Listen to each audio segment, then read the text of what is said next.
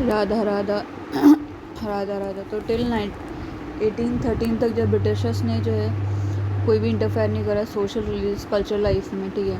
1813 के बाद में क्या हुआ कि उन लोगों ने सोचा कि भाई जो इंडियन सोसाइटी उसको ट्रांसफॉर्म करते हैं, उसके कल्चर को जो है, ठीक है।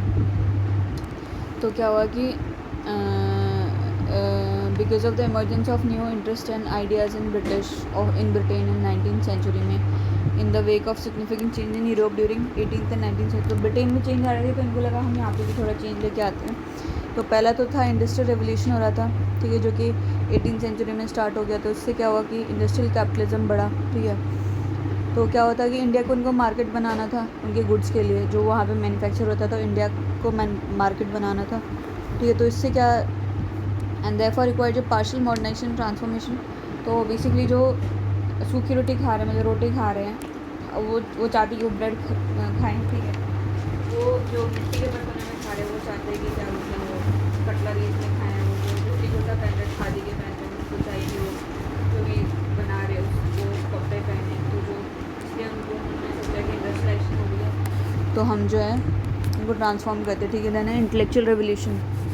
तो इससे क्या हुआ कि new attitude of mind manner and moral, ये आया न्यू एटीट्यूड, ठीक है। देन है फ्रेंच रेवोल्यूशन।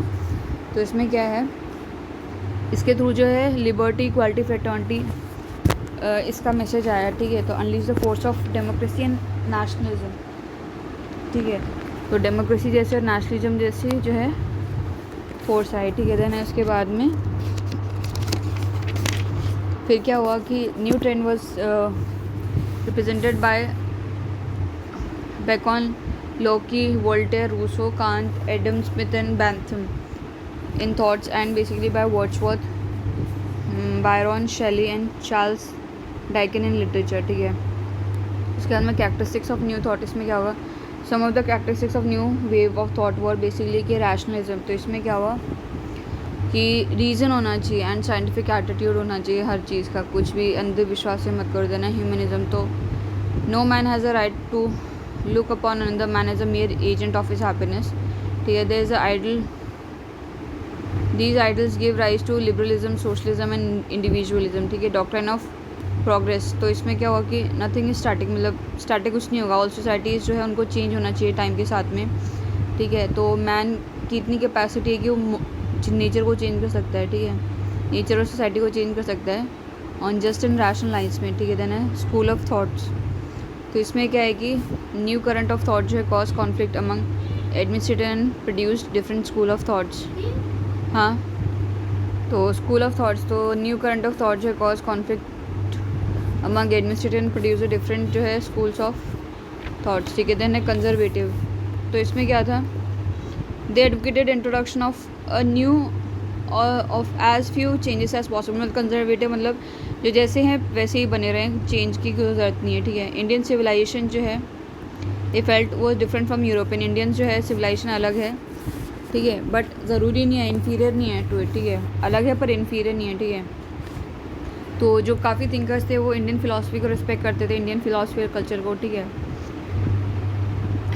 और अगर वो बोलते थे करना भी है, इफ़ एट ऑल करना भी है वेस्टर्न आइडियाज़ प्रैक्टिसेस को, तो बहुत धीरे धीरे कॉशियसली सोच समझ के करना, ठीक है।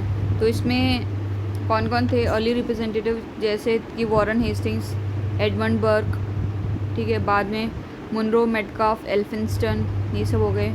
वॉरेन मतलब वॉर्न करते थे मत करो, ठीक है। देन है एडमंड बर्क, बुरका रहने दो, बुरके को रहने दो, ठीक है। देन मुनरो मतलब जो मुंदे हैं उनको मुंदे ही रहने दो, खोलो मत उनको। देन है मेटकाफ, तो काफ से उसको खोलो मत, ठीक है। देन है इसके बाद में एल्फिंस्टन, एलिफेंट को खोलो मत, ठीक है। देन है कंजर्वेटिव जो रिमेन इन्फ्लुएंशियल थ्रू आउट, ठीक है। And most of the British officers in India जो जनरली ऑफ कंजर्वेटिव परसुएशन, ठीक है। देन है पैटर्नलिस्टिक, इंफीरियलिस्टिक। इसमें क्या है, they become influential specially after 1800। तो they were sharply critical of Indian society and culture and used to justify economic and political enslavement of India। कि भाई आपकी सोसाइटी कल्चर ही ऐसा है कि आपको आप रूल होने के लिए बने हो, इस तरीके का था, ठीक है। आप और बने रूल होने के लिए, आप अपने ऊपर कुछ कर ही नहीं सकते, आपको जो भी आए आपको अपने अंडर रखता है, ठीक है। इन्हें रेडिकल्स, तो they went beyond the narrow criticism and imperialistic outlook of conservative and imperialistic and applied advanced humanistic and rational thoughts to the Indian situation. तो मतलब ये कि रेडिकल थे, मतलब थॉट वाले, मतलब वो रैशनल वाले थे कि हर चीज़ का रीज़न होता है। तो इनको लगा कि इंडिया की कैपेसिटी इम्प्रूव करने की, एंड ये इंडिया को हेल्प करना चाहते थे इम्प्रूव करने में, ठीक है। तो वो चाहते थे कि इंडिया जो है मॉडर्न जो वर्ल्ड है उसका पार्ट बने, जिसमें कि साइंस और ह्यूमनिज़म है, ठीक है। तो ये बोलते थे कि जो मॉडर्न वेस्टर्न साइंस है, फ़िलासफ़ी, लिटरेचर है, वो इंडिया में भी आनी चाहिए, ठीक है। तो इसमें सम ऑफ द ब्रिटिश ऑफिशियल जो इंडिया में आए आफ्टर 1820s वो रेडिकल थे, ठीक है। तो अब इसमें कौन कौन थे? राजा राम मोहन रॉय और उनके जैसे रिफॉर्मर्स थे। But predominantly ruling elements of the British administration continue to be imperialistic and exploitative, ठीक है। कुछ थे, पर ये ज़्यादातर जो है वो ब्रिटिश ऑफिशियल्स जो थे वो इम्पेरियलिस्टिक और एक्सप्लॉयटेटिव थे, ठीक है। इंडिया में मॉडर्नाइजेशन आई बहुत ही ज़्यादा लिमिट्स के साथ में, विद इन ब्रॉड लिमिट्स, ठीक है, impose by the needs of the earlier and more thorough exploitation of its resources. In the respect जो है basically often the radicals also जो है टोड अ कंजर्वेटिव लाइन, ठीक है। जो रेडिकल थे वो भी एक कंजर्वेटिव लाइन पे ही चल रहे थे, ठीक है। They design most of all the safety and persuasion of the British rule in India, every other जो है कंसिडरेशन वॉज सेकेंडरी। मतलब पहले ब्रिटिश रूल है, उसके बाद में सारी चीज़ें हैं, ठीक है। तो मतलब सेफली करेंगे, धीरे धीरे करेंगे, परपेचुअली करेंगे, सेफली करेंगे, क्योंकि पहले अपना ब्रिटिश रूल है, ठीक है। Then dilemma before the government. तो गवर्नमेंट जो है को लगा अगर हम ज़्यादा ही मॉडर्नाइजेशन करेंगे तो क्या हो जाएगा कि जो हॉस्टिलिटी आ जाएगी उनके इंटरेस्ट में, ठीक है, ठीक है। Thus it was thought to be appropriate to opt for partial modernization, introducing it in some respect and blocking it another, मतलब पार्शल होना चाहिए, कहीं कहीं लेके आओ, कहीं कहीं ब्लॉक कर दो, ठीक है। In other words basically colonial modernization, मतलब जो ऐसा मॉडर्नाइजेशन जो कॉलोनियलिज्म को फेवर कर रहा है, ठीक है। Role of Christian missionary. तो मिशनरी जो है रिगार्डेड उन्होंने बोला कि क्रिश्चियनिटी सुपीरियर रिलीजन है, एंड बेसिकली ये है and wanted to spread it in India through westernization, ठीक है। इंडिया में स्प्रेड करना चाहते थे, इंडिया को वेस्टर्नाइज कर देंगे तो वो क्रिश्चियन रिलीजन को ले लेंगे, ठीक है। Which they believe would destroy the faith of the native, ठीक है, in their own religion and culture, ठीक है। तो जो नेटिव है जिनको हम कन्वर्ट कर रहे हैं, उनका जो फेथ है, उनके खुद के धर्म है, वो उनका कम हो जाएगा, ये सोच रहे थे। टुवर्ड्स द एंड जो क्रिश्चियन मिशनरीज ने सपोर्टेड द रेडिकल्स, इन लोगों ने रेडिकल को सपोर्ट करा, who scientific approach they believed would undermine the native culture and believe, ठीक है। रेडिकल कि भाई रेडिकल जो है मतलब क्या बोलते हैं, रिएक्शन और जो रीजन पे बेस्ड है, रीज़न लगाते हैं ये लोग, और साइंटिफिक अप्रोच से क्या होगा कि जो नेटिव है उनके जो बिलीफ है, कल्चर, वो कम अपने बिलीफ, कल्चर और बिलीफ पे कम ध्यान देने लगेंगे, ठीक है। एंड क्रिश्चियन मिशनरीज ने जो सपोर्ट करा imperialistic, since law and order and British supremacy was essential for their propaganda, ठीक है। इम्पेरियलिस्टिक क्योंकि मतलब अंडर होने चाहिए हमारे, हम कॉलोनी होने चाहिए, हमारे अंडर होने चाहिए, क्योंकि लॉ एंड ऑर्डर के थ्रू ही तो होगा कि भाई जो भी क्रिश्चियन बन गया उसका ये फ़ायदे होंगे, वो नुकसान होंगे, जो हिंदू है उसको वो नुकसान होंगे। तो law and order British supremacy है, तो क्रिश्चियनिटी फैलाने के लिए इट इज़ इम्पॉर्टेंट। तो मतलब वो कैपिटलिस्ट और बिजनेस है, उनका सपोर्ट मांग रहे थे कि भाई जो क्रिश्चियन कन्वर्ट होंगे जो है, अगर ये कन्वर्ट हो गए तो क्या होगा कि अब इनके पास में पैसा है, ठीक है। तो जो क्या बोलते हैं, जो भी ये गुड्स बेच रहे हैं, तो ये तो दाम देंगे हमको, ये इन्हीं से तो हम ख़रीदेंगे। तो भाई अगर इनको कन्वर्ट कर दें, इनसे हम फेवर मांग ले तो और भी अच्छा है, जो बिज़नेस और कैपिटलिस्ट हैं, ठीक है। तो आफ्टर 1858 के बाद में क्या हुआ कि जो है policy of hesitant modernization was abundant, ठीक है। And since Indian prove to be have peoples and shifted rapidly towards modernization of the society and assertion of their culture, and demanded rule in accordance with the modern principle of liberty, equality and justice. Now the British came to side with socially orthodox and conservative elements of society. They also encouraged casteism and communalism. तो 1857 के बाद में क्या हुआ कि ये लोग कुछ जैसे सती वाला लेके आए, तो रिवोल्ट हो गया, ठीक है। तो इसमें क्या हुआ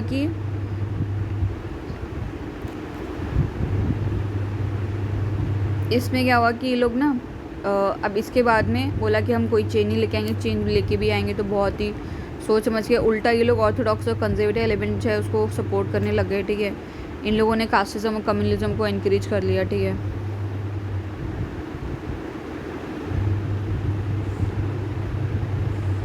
तो 1813 से 1858 तक हेजिटेंट मॉडर्नाइजेशन था, मतलब हिचक के कर रहे थे, तो वो भी ख़त्म हो गया 1858 के बाद में, ठीक है।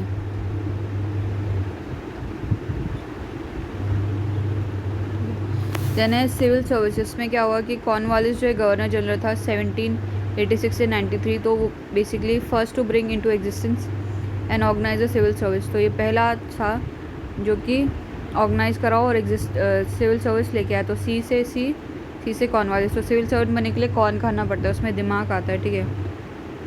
तो ही ट्राई टू जो है चेक करप्शन थ्रू, बेसिकली कैसे इसने चेक करा कि मतलब जो है सिविल सर्वेंट्स की करप्शन कैसे इंक्रीज चेक करा कि भाई जो सैलरी बढ़ा दी, करप्शन नहीं करेंगे। Strict enforcement of rules against private trade, कोई प्राइवेट ट्रेड नहीं करेगा, ठीक है। डिबारिंग जो सिविल सर्वेंट फ्रॉम टेकिंग जो है present and bribe, civil servant bribe नहीं लेंगे, प्रेजेंट नहीं लेंगे। एनफोर्सिंग प्रमोशन थ्रू सीनियरिटी, तो प्रमोशन जो है ब्राइब के थ्रू नहीं होगा, भाई भतीजे बात पे नहीं होगा, जिसकी जैसी सीनियरिटी उसके हिसाब से होगा, एज के हिसाब से होगा, ठीक है। देन इन 1800 में वेलेस्ली जो है गवर्नर जनरल था, वो कब तक रहा, 1798 से 1805 तक रहा। तो उसने क्या करा, सेट करा फोर्ट विलियम कॉलेज, जिसमें कि जो न्यू रिक्रूट्स हैं उनको ट्रेनिंग करेंगे।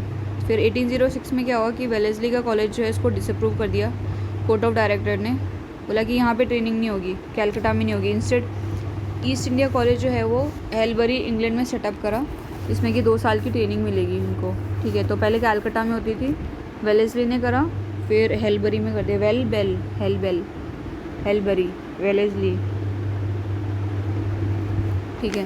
देन चार्टर एक्ट ऑफ 1853, तो इसमें क्या है, तो चार्टर एक्ट 1853 ने country ended the country's patronage and enjoying recruitment to be through an open competition henceforth, मतलब इसके बाद से इससे पहले कंपनी ही अपॉइंट करी थी, इसके बाद में क्या हुआ कि एग्ज़ाम होगा, एग्ज़ाम के थ्रू होंगे, ठीक है। तो the Indians however board from the high post from the very beginning, starting से इंडिया को हाई पोस्ट में नहीं जाने देते थे। Cornwallis thought basically every native of Hindustan is corrupt, Cornwallis अच्छा ये सिविल सर्विस लेके आया और बेसिकली इसको लगता था कि हिंदुस्तानी करप्ट है, ठीक है। द चार्टर एक्ट ऑफ 1793 जो है had reserve all post worth 500 pounds per annum for covenant जो है सर्वेंट्स ऑफ द कंपनी, ठीक है। The reason for exclusion of the Indians were, जितने भी 500 पाउंड से पर एनम साल भर में 500 पाउंड से ऊपर मिल रहा है ना, तो वो ओनली मतलब कंपनी के सर्वेंट्स है, उन्हीं को ही वो पोस्ट मिलेगी, ठीक है। तो रीज़न क्या थे इंडियंस को एक्सक्लूड करने के लिए, तो इन लोगों को लगता था कि ओनली इंग्लिश जो है वो एडमिनिस्ट्रेटिव सर्विस को इस्टेब्लिश कर सकते हैं सर्विंग ब्रिटिश इंटरेस्ट, ठीक है। वो इंडियन होंगे तो इंडियन इंटरेस्ट को सर्व करेंगे, ठीक है। इंग्लिश वाले इंग्लिश को सर्व करेंगे, इसलिए यही करेंगे। तो इनको लगता था इंडियन इनकेपेबल हैं, अनट्रस्टवर्दी, उन पर विश्वास नहीं कर सकते, and insensitive to British interest, ठीक है। मतलब ऑब्वियसली वो ब्रिटिश इंटरेस्ट क्यों फर्दर करेंगे, ठीक है। तो इनफैक्ट जो there was high competition among the European themselves for lucrative, मतलब यूरोपियन ही खुद ही आपस में लड़ते रहते थे कि भाई मैं पोस्ट पे जाऊंगा, मैं जाऊंगा, ठीक है। देन चार्टर एक्ट ऑफ 1833 जो है थियोरेटिकली उसने through open service to the Indian, theory में मतलब नाम के लिए जो है इंडियन भी इसमें दे सकते थे exam, through open the service to the Indians, ठीक है। The relevant provisions were never really implemented, पर जो प्रोविजन से इम्प्लीमेंट नहीं करा कभी। तो 1857 के बाद में क्या हुआ, तो इंडियंस बोलते थे कि हमको भी हायर सर्विस है, उनमें भी हमको भी जाना है, ठीक है। तो proclamation of 1858 declare the British intentions of including Indians freely and impartially in office under civil servants. तो जो प्रोक्लेमेशन हुआ था 1858, तो उसमें ब्रिटिशर्स ने बोला कि हम जो इंडियंस को भी लेके आएंगे, अलाउ कर देंगे। Then Indian civil service act 1861, तो इस एक्ट ने क्या करा, कुछ ऑफिसेस हैं, this act reserve certain office of covenant and civil service, but reserve कर ली कुछ ऑफिस जो है सिविल सर्विस थी, बट एग्जामिनेशन जो हेल्ड इन जो है इंग्लैंड इन इंग्लिश लैंग्वेज में based on the classical learning of Greek and Latin. तो बेसिकली पहला तो एग्ज़ाम होना था इंग्लैंड में, वो भी इंग्लिश लैंग्वेज में, वो भी क्या एग्ज़ाम होता था, ग्रीक और लैटिन जो लर्निंग है उस पर होता था। मैक्सिमम जो एज थी वो 23 थी, ठीक है। 1859 में 23 थी, फिर उसको कम कर दिया 60 में, कितना अगले ही साल 22 कर दिया, 23 से 1 साल कम कर दिया। फिर 6 साल बाद 1860 में तो 22 कर दिया, फिर 1866 में 21 कर दिया, 22 से 21 कर दिया। फिर है 1878 जो है 12 साल बाद में इसने 19 कर दिया। तो पहले 23, फिर 22, फिर 21, फिर 19, ठीक है। देन 1863 में क्या है, सत्येंद्रनाथ टैगोर जो है वो फर्स्ट इंडियन थे जिन्होंने इंडियन सिविल सर्विस को जो है क्वालिफाई करा, ठीक है। देन 1878 से 79 में क्या हुआ कि लिटन ने इंट्रोड्यूस करा स्टैट्यूटरी सिविल सर्विस, जिसमें कि 1/6 of the covenant post to be filled by Indians of high family, ठीक है, through nomination by local government subject to the approval by the secretary and the viceroy, but the system failed and was abolished. अच्छा, तो लिटन ने बोला कि जो statutory civil service है उसकी 1/6 पोस्ट जो है, जो हाई फैमिली के इंडियंस आते हैं वो बैठेंगे, और वो भी कौन नॉमिनेट करेगा, लोकल गवर्नमेंट, ठीक है। नॉमिनेट कर दिया, उसके बाद में सेक्रेटरी और वायसराय अप्रूव करेंगे, पर ये आया नहीं ऐसा। देन इंडियन नेशनल कांग्रेस डिमांड, तो आईएनसी ने जो है डिमांड करा कि भाई 1885 में सेटअप हुई, तो उसके बाद में इसने डिमांड करा कि भाई जो एज है, demand it was set up in 1885 for the lowering of age for recruitment, okay. Then है holding the examination simultaneously in Britain in India में, बोला कि दोनों जगह होनी चाहिए। देन है अभी तक तो ब्रिटेन में ही हो रहा था, ठीक है, 1885 तक। अब आगे देखते हैं। देन है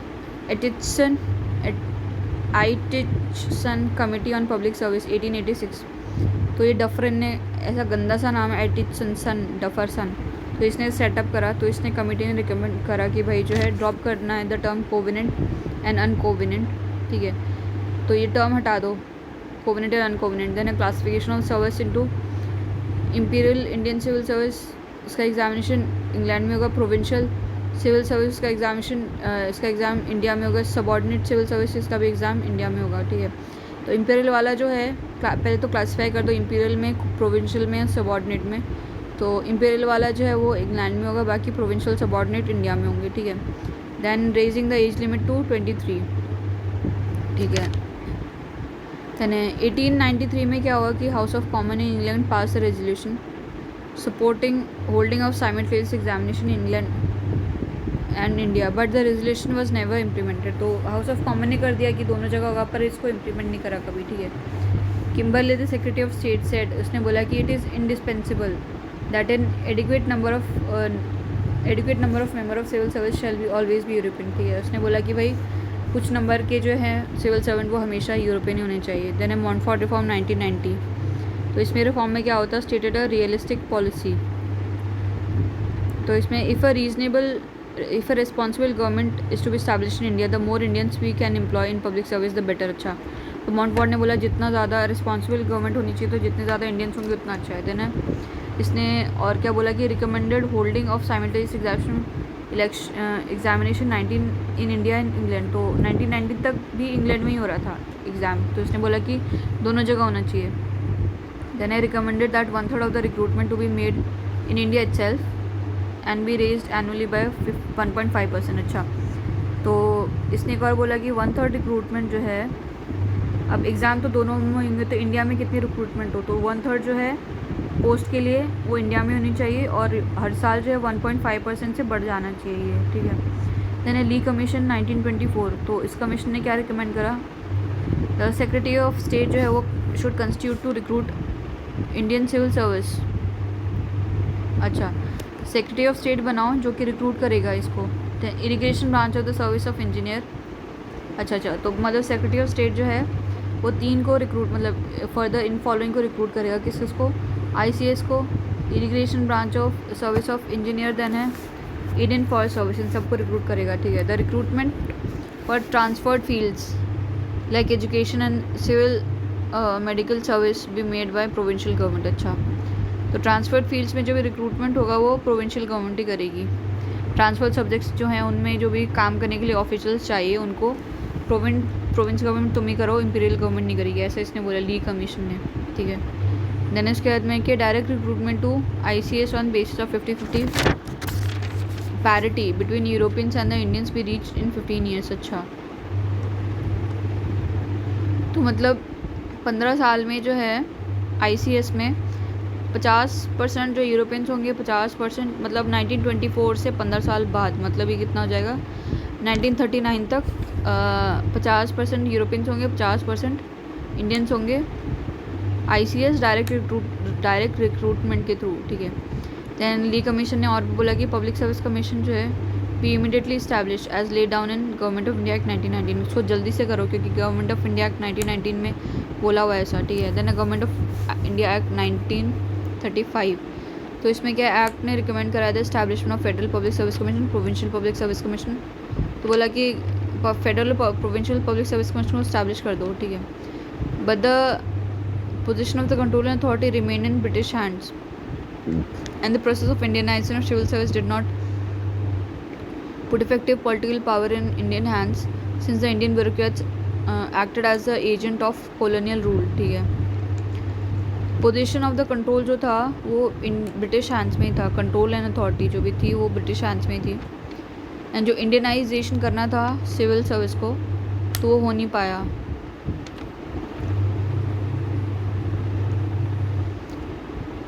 क्योंकि जो इंडियन नहीं and the process of Indianization of civil service did not put effective political power in Indian hands since the Indian bureaucrats acted as the agent of colonial rule. अच्छा, क्योंकि इंडियन ब्यूरोक्रेट से उन्हीं के agent थे, ठीक है, वही पैसे वैसे दे रहे थे, इनको सैलरी दे रहे थे, प्रमोशन दे रहे थे, बोला हम तुमको अच्छा पे करेंगे, तुम क्यों लड़ रहे हो, तुम अपनी क्यों जान जोखिम में डाल रहे हो, ठीक है। ना पुलिस 1971, तो कॉर्नवालिस जो है उसने कॉर्नवालिस ने ही सिविल सर्विस करा, वैसे इसी ने पुलिस करा। तो 1971 में कॉर्नवालिस ने ही ऑर्गेनाइज करा a regular police force to maintain law and order on going back to and modernising the old Indian system of thanas. तो जो थाना थे उसको मॉडर्नाइज कर दिया, ठीक है। थाना को सर्कल बोलते थे इन डिस्ट्रिक्ट। तो डिस्ट्रिक्ट में क्या होगा कि थाना होगा, ठीक है, अंडर अ दरोगा एन इंडियन। तो थाना का हेड कौन होगा, दरोगा, और ये थाना कहाँ होगा, डिस्ट्रिक्ट में होगा, ठीक है। An as superintendent of police at the head of the district. तो डिस्ट्रिक्ट का जो हेड होगा, मतलब डिस्ट्रिक्ट के अंदर छोटे छोटे थाना होंगे, फिर उसका जो हेड होगा वो SP होगा, ठीक है। तो he relieve zamindari of their police duties. तो पहले ज़मींदार जो वही पुलिस ड्यूटी करते थे, अब उसको बोला तुम मत करो, अब ये हर एक थाना आ जाएगा, थाने लोग करेंगे, ठीक है। देन उसके आपने 1808 में क्या हुआ, मेयो जो है उसने appointed SP for each division held by a number of sepoy gyondas, but these spies gyondas, but these spies committed depredation on local people। अच्छा, तो मेयो ने क्या करा, मतलब SP करा फॉर ईच डिवीज़न, जितने भी डिवीज़न है उसके लिए, जितने भी डिवीज़न उसके लिए SP होगा, ठीक है। और इस SP को हेल्प करेंगे स्पाई, ठीक है।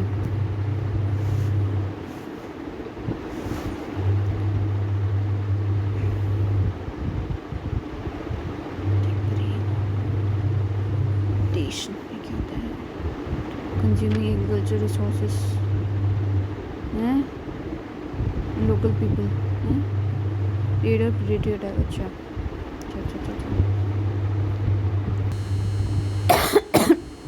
तो 1814 में जो है कोर्ट ऑफ डायरेक्टर ने बोला कि जो दरोगा हैं और उनके जितने भी सबऑर्डिनेट्स हैं वो abolished of all possession of the company except in Bengal. मतलब बंगाल के अलावा दरोगा नहीं होंगे कि पता नहीं क्या है, एंड सबऑर्डिनेट्स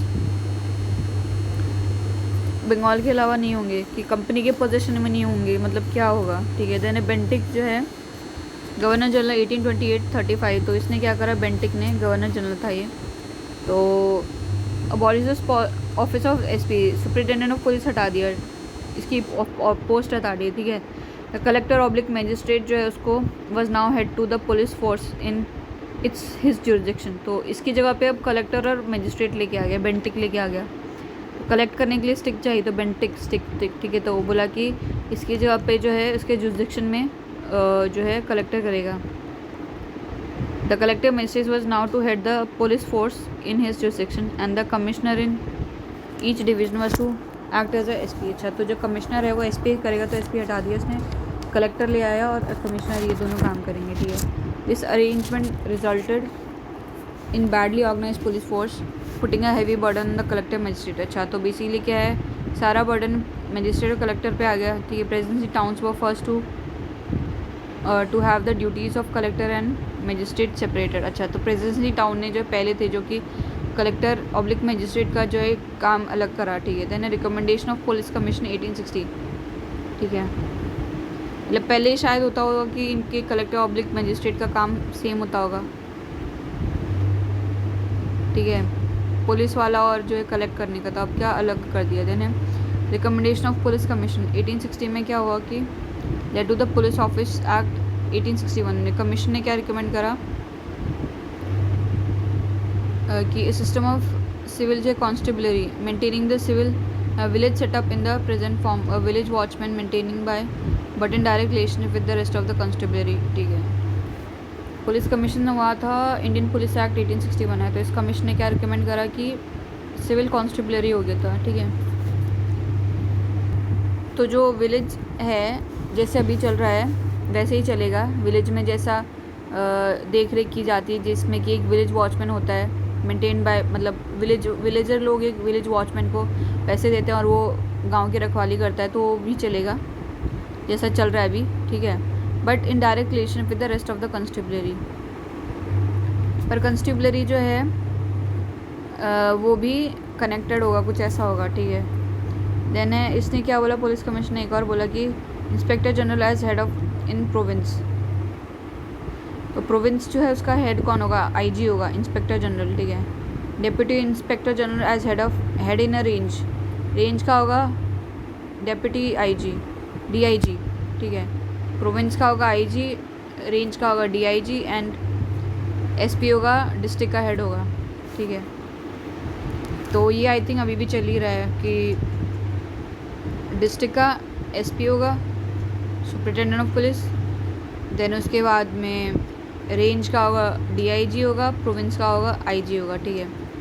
द पुलिस जो gradually succeeded in curbing criminal act such as dacoity, thuggee, ठीक है, तो इनको कम कर दिया। But while dealing with the public the attitude of police was unsympathetic, the police was also use to suppress the national movement, ठीक है। अच्छा, पुलिस जो है नेशनल मूवमेंट को सप्रेस करती थी। British did not create an all India police, अच्छा, Britishers ने ऑल इंडिया पुलिस नहीं क्रिएट करा। The police act 1861 presented the guideline for police setup in the province, अच्छा, इसने प्रोविंस के लिए रखा था, जो भी गाइडलाइन होगा 1861 जो पुलिस एक्ट था वो ओनली प्रोविंस के बारे में बोल रहा था।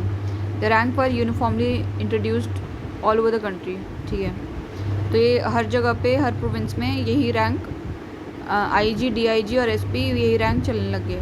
1902 में क्या हुआ, police commission recommended the establishment of CID, criminal investigation department in the province and central intelligence bureau at centre, अच्छा, तो बोला कि 1902 में पुलिस कमीशन ने बोला कि सीआईडी जो है वो प्रोविंस में होगा और क्या बोलते हैं सेंट्रल इंटेलिजेंस ब्यूरो जो है आईबी वो सेंटर पे होगा, सेंटर पे आईबी हो जाएगा और प्रोविंस में सीआईडी हो जाएगा, ठीक है, सीआईबी एंड सीआईडी, ठीक है। देन है जुडिशरी, तो इसमें क्या है, तो पहले जो है जस्टिस वो ज़मींदार के अंडर था, ठीक है, और उसकी मनमर्जी पे था, जैसे भी उसकी मर्जी है जिसको सज़ा देनी दे देगा, ठीक है। देन है रिफॉर्म्स अंडर वॉरेन हेस्टिंग, तो 1772 से 1785, तो वॉरेन हेस्टिंग ने क्या करा, जो डिस्ट्रिक्ट दीवानी अदालत थी उसको इस्टेब्लिश करा हर एक डिस्ट्रिक्ट में, जो कि क्या सिविल डिस्प्यूट्स को ट्राई करेंगे, ठीक है। तो ये किसके अंडर आते थे, कलेक्टर के अंडर जो डिस्ट्रिक्ट दीवानी अदालत आएगी, ठीक है। And had Hindu law applicable for Hindu and Muslim law for Muslim, तो एक कलेक्टर होगा उसके अंदर डिस्ट्रिक्ट दीवानी अदालत होगी, तो वो सिविल केसेस देखेगा कलेक्टर, ठीक है। डिस्ट्रिक्ट दीवानी अदालत सिविल केसेस देखेगी, इसमें हिंदू के लिए अलग लॉ होगा, मुस्लिम के लिए अपने मुस्लिम लॉ होंगे, ठीक है।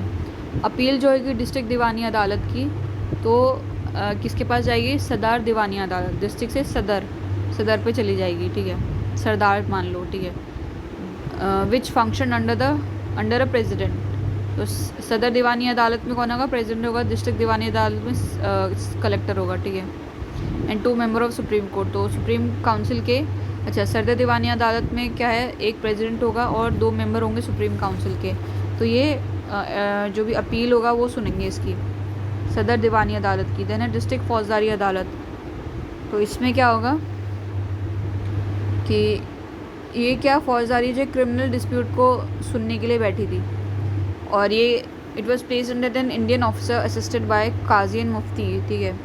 तो एक इंडियन ऑफिसर होगा तो उसको काजी और मुफ्ती हेल्प करेंगे, क्रिमिनल केसेस देखेंगे। तो बट कलेक्टर जो है इसके ऊपर जनरल सुपरविजन कलेक्टर का ही होगा, ठीक है। मतलब वो सिविल तो डायरेक्टली देखेगा और डिस्ट्रिक्ट जो क्रिमिनल है उसमें जनरल एडमिनिस्ट्रेशन रहेगा। मुस्लिम लॉ जो है वह एडमिनिस्ट्रेट बाय फौजदारी अदालत, तो मुस्लिम लॉ के लिए फौजदारी अदालत थी। अच्छा, फौजदारी अदालत में मुस्लिम लॉ चल रहा था, यहाँ पे हिंदू लॉ नहीं था, ठीक है। The approval of the capital punishment and acquisition of property lay to the Sadar Nizamat Adalat at Murshidabad which was headed by deputy Nizam an Indian Muslim assisted by chief qazi and chief mufti. अच्छा, तो सिविल केसेस के लिए हिंदू और मुस्लिम लॉ दोनों थे, पर जो क्रिमिनल केसेस में ओनली मुस्लिम लॉ लगेगा, ठीक है। तो मुस्लिम लॉ जो इज एडमिनिस्टर्ड इन फौजदारी अदालत, ठीक है। Approval of for capital punishment and for acquisition property, तो इसको अप्रूव कौन करेगा कि भाई इसको फांसी दे दें या मार दें या फिर इसकी प्रॉपर्टी ले लें, तो ये कौन करेगा, सदर निज़ाम अदालत एट मुर्शिदाबाद, वो जो है वहाँ पे जाके इसका अप्रूव करेगी, निज़ाम अदालत, ठीक है। अभी तक तो दीवानी देखी, फौजदारी देखी, तो सदर निज़ाम अदालत मुर्शिदाबाद में थी, वो उसका अप्रूवल करेगी, ठीक है। तो सदर निज़ामत अदालत को कौन हेड कर रहा था, डिप्टी निज़ाम, तो ये एक इंडियन मुस्लिम था जिसको डिप्टी निज़ाम जो उसको हेल्प कर रहे थे chief qazi and chief mufti, ठीक है। Then under regulating act of 1773 supreme court ने इस्टेब्लिश, सुप्रीम कोर्ट जो कैलकाटा में इस्टेब्लिश हो गया, ठीक है। और ये क्या क्या कर सकता था, ये ट्राई कर सकता था ब्रिटिश सब्जेक्ट्स को विद इन कैलकाटा में जितने भी ब्रिटिशर्स हैं उनको सबको केसेस सुन सकता था। And the subordinate factories including Indians and Europeans, ठीक है। ब्रिटिशर्स को कर सकता था और इंडियंस और यूरोपियंस इनको कर सकता था, ठीक है। इन यूरोपियंस में जैसे बाकी कंट्रीज़ के और कोई रह रहा हो, ठीक है। It had original appellate jurisdiction, इसका ओरिजिनल मतलब डायरेक्टली इसके पास जा सकते हैं और अपील के थ्रू भी जा सकते हैं, ठीक है। Often the jurisdiction supreme court जो है clash with the other courts, ठीक है। मतलब ये सुप्रीम इतना नहीं था फिर भी। देन रिफॉर्म अंडर कॉर्नवालिस, तो इसने क्या करा, कॉर्नवालिस 1786 से 1793, तो डिस्ट्रिक्ट फौजदारी कोर्ट जो था जो कि क्रिमिनल मैटर्स को देख रहा था उसको अबॉलिश कर दिया और उसकी जगह सर्किट कोर्ट जो है इस्टेब्लिश कर दिया कैलकाटा, ढाका, मुर्शिदाबाद एंड पटना में। तो अभी क्रिमिनल केस जो है सर्किट कोर्ट देखेंगे, ठीक है। कैलकाटा, ढाका, मुर्शिदाबाद, 4 जगह पे कैलकाटा, ढाका, मुर्शिदाबाद, पटना में, ठीक है। ये ईस्ट वाली साइड में है। तो यहाँ पे कौन होगा, यूरोपियन जज होगा। पहले तो उसमें कौन था, निज़ाम था, मतलब इंडियन ऑफिसर था इसमें फौजदारी में। अब यहाँ पे क्या हो गया, यूरोपियन जज होगा, ठीक है। Who were to act as a court of appeal for both civil and criminal cases. अच्छा,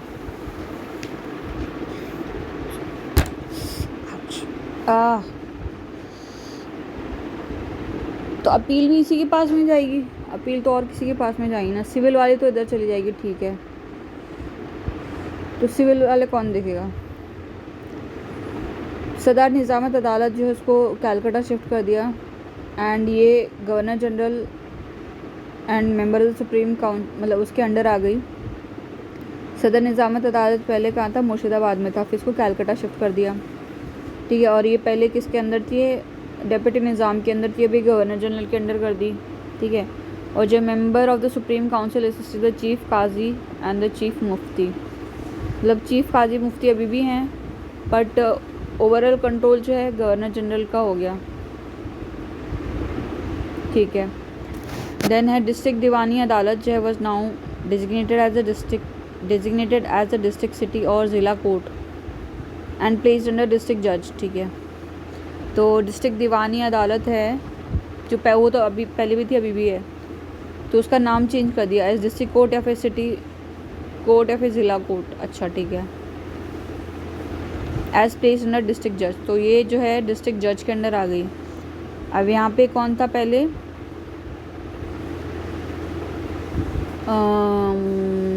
सरदार दीवानी, डिस्ट्रिक्ट दीवानी अदालत पे कौन था, प्लेस अंडर कलेक्टर। अच्छा पहले कलेक्टर था, अब यहाँ पे कौन आ गया,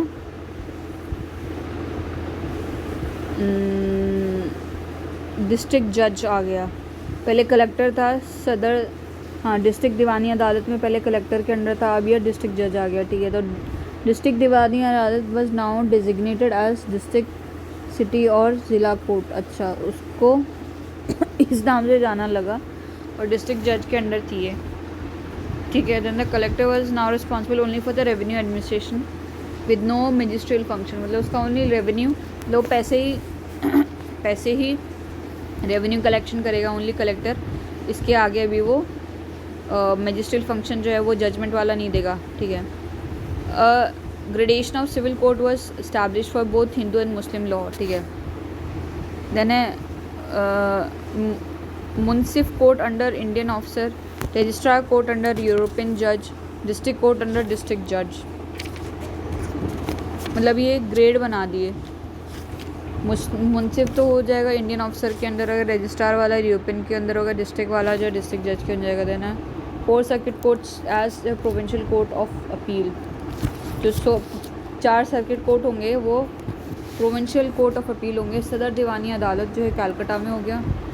एंड किंग इन काउंसिल था, वो अपील के लिए था for of 5,000 pounds and above, इतने का जो अगर कोई केस होगा 5,000 का, तो उसके लिए जो अपील कहाँ जाइए, किंग इन काउंसिल के पास में जाइए। यानी कॉर्नवालिस कोर्ट, तो कॉर्नवालिस कोर्ट लेके आ गए। ठीक है, तो इसमें क्या हुआ कि, तो इसमें there was separation of revenue and justice administration, तो रेवेन्यू वाला अलग कर दिया, जस्टिस वाला अलग कर दिया। जिसका पैसे से रिलेटेड है, इसने पैसे नहीं दिए मेरे को, उसने नहीं दिए। जस्टिस की भाई मेरे घर चोरी हो गई, इसने मेरे को मारपीट कर दी, तो दोनों को अलग कर दिया। ठीक है, European subjects were also bought under jurisdiction. ठीक है, यूरोपियन सब्जेक्ट्स भी उनको लेके आ गए, लॉ लग गया था ना। Government subjects were answerable to civil courts for actions done in official capacity, अगर ऑफिशियली कुछ काम कर दिया तो उसके लिए जो है सिविल कोर्ट में जाएगा वो लोग, उनका केस है ना। Principle of sovereignty of law was establish, मतलब लॉ ऊपर है, उससे ऊपर कोई भी नहीं है। तो ये कॉर्नवालिस ने बोला कि भाई लॉ से ऊपर कोई नहीं है। Then reform under William Bentinck, तो ये 1828 से 33 तक रहा। तो इसमें क्या है, 4 सर्किट कोर्ट जो इनको अबॉलिश कर दिया। ठीक है, और उनका जो फंक्शन है वो कलेक्टर को दे दिया, और कलेक्टर को कौन सुपरवाइज करेगा, commissioner of revenue and circuit. तो 4 सर्किट कोर्ट तो इनको अबॉलिश कर दिया, उसका काम जो है कमिश्नर को दे दिया। Commissioner of revenue and circuit वो कलेक्टर को दिखेगा भाई। अब है सरदार दीवानी अदालत, सदर दीवानी अदालत एंड सदर निजामत अदालत, तो इलाहाबाद में सेट कर दिए for the convenience of the people of upper province, कि भाई तुमको कलकत्ता जाना पड़ता है तो तुम इधर ही अपने केसेस सॉल्व करवा लो। सदर दीवानी निजामत जो है इलाहाबाद में कर दिया। तो अभी तक जो है पर्शिया जो ऑफिशियल लैंग्वेज थी कोर्ट में। Now the suitor has an option, जो भी केस ला रहा है, टू यूज़ पर्शिया और a vernacular language, while supreme court में इंग्लिश लैंग्वेज जो है रिप्लेस पर्शिया। सुप्रीम कोर्ट में इंग्लिश लैंग्वेज ने पर्शियन को हटा दिया। बाकी जो है नीचे के में क्या होगा, पर्शियन या फिर वर्नाक्युलर, उनकी मर्जी है, वो किसी भी लैंग्वेज में केस ला सकते हैं। 1833 में क्या हुआ कि लॉ कमीशन जो है सेटअप करी under Macaulay for codification of Indian law. ठीक है, तो इसमें क्या हुआ, civil procedure code 1859, Indian penal code 1860 and criminal procedure code 1861 जो है बन के आया, प्रिपेयर करा। देन 1860 में क्या हुआ कि provided that European can claim no special provision except in criminal case and no जज of an Indian origin could try them. अच्छा, 1860 में बोला कि ओनली क्रिमिनल केस में यूरोपियन को स्पेशल प्रिविलेज मिलेगी, सिविल केस में कोई स्पेशल प्रिविलेज नहीं मिलेगी। ठीक है, और कोई भी इंडियन ओरिजिन का जज है उनको यूरोपियन को ट्राई नहीं करेगा। ठीक है, देन 1865 में क्या हुआ कि सुप्रीम कोर्ट एंड द सदर अदालत वर मर्ज्ड इनटू 3 हाई कोर्ट्स। अच्छा, जो सुप्रीम कोर्ट था और जो सदर अदालत था उनको दोनों को मिला के 3 हाई कोर्ट बना दिए इसके बदले, कैलकाटा, बॉम्बे, मद्रास में। देन 1935 में क्या हुआ, गवर्नमेंट ऑफ इंडिया एक्ट जो प्रोवाइडेड फॉर फेडरल कोर्ट, ठीक है। तो इसको कब सेटअप करा, 1937 में सेटअप करा, ठीक है। अभी फेडरल कोर्ट क्या करेगा, इट कुड जो है सेटल डिस्प्यूट बिटवीन गवर्नमेंट्स, जो गवर्नमेंट है जैसे उनके बीच में जो है, जैसे बॉम्बे की और मद्रास की दोनों में पंगे हो रहे हैं, तो उनको जो है डिस्प्यूट को सेटल करेगा। And could hear limited appeal from the high court से कुछ केसेस में ही अपील सुन सकता है, अदरवाइज जो है गवर्नमेंट्स के बीच में डिस्प्यूट उनको दिखेगा। देन है positive aspect of judiciary under British, तो रूल ऑफ लॉ इस्टेब्लिश हो गया, ठीक है, मतलब लॉ ही है, उसके ऊपर कुछ भी नहीं है।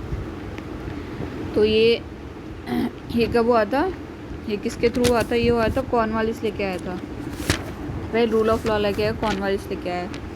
देन है codified law replace the religious and personal law of the ruler, ठीक है। देन जो पहले पर्सनल और रिलीजियस लॉ उसकी जगह कोडिफाई आगे लिखा हुआ है, तो सभी पे एक ही लगे। इवन यूरोपियन सब्जेक्ट्स हुआ ब्रॉट अंडर जुरिसडिक्शन, अच्छा हाँ ठीक है। ऑल दो इन क्रिमिनल केस, बस क्रिमिनल केस पे ही लगेगा उन पे, सिविल केस में कोई कुछ लॉ नहीं, केस नहीं होगा उनके अगेंस्ट, क्रिमिनल मैटर पे ही लगेगा, ठीक है। ये को ट्राइड बाय यूरोपियन जजेस ओनली, यूरोपियन जज ही ट्राई करेंगे और ओनली क्रिमिनल मैटर में ही केस लगेगा। देन गवर्नमेंट सर्वेंट्स वो made answerable to the civil courts, ठीक है। देन सिविल कोर्ट में गवर्नमेंट सर्वेंट को आंसर देने का पड़ेगा। नेगेटिव एस्पेक्ट क्या रहा इनका, कि जो जुडिशल सिस्टम जो है बिकेम मोर और more complicated and expensive, the rich जो है कैन मैनिपुलेट सिस्टम, ठीक है। और basically scope for false evidence decide in chicanery, then है drag out litigation meant delayed justice, ठीक है। देन है court became overburden as litigation जो इंक्रीज, ठीक है। देन है ऑफन द यूरोपियन जज was not familiar with Indian usage and tradition, ठीक है। देन है development of constitution from 1773 to 1858, then development of constitution from 1773 to 1858। तो बैटल ऑफ बक्सर 1764 होने के बाद में क्या कंपनी ने जो है क्या करा कि उनको दीवानी राइट मिल गए, that is right to collect revenue, ठीक है। कहाँ के मिले, बंगाल, बिहार, उड़ीसा के दीवानी राइट मिल गए, ठीक है। एन एनुअल जो subsidy was to be paid to the Mughal emperor Shah Alam second and annual pension to the Nawab of Awadh Shujauddaula, ठीक है। तो इनको सब्सिडी पे करनी होती थी बस इसको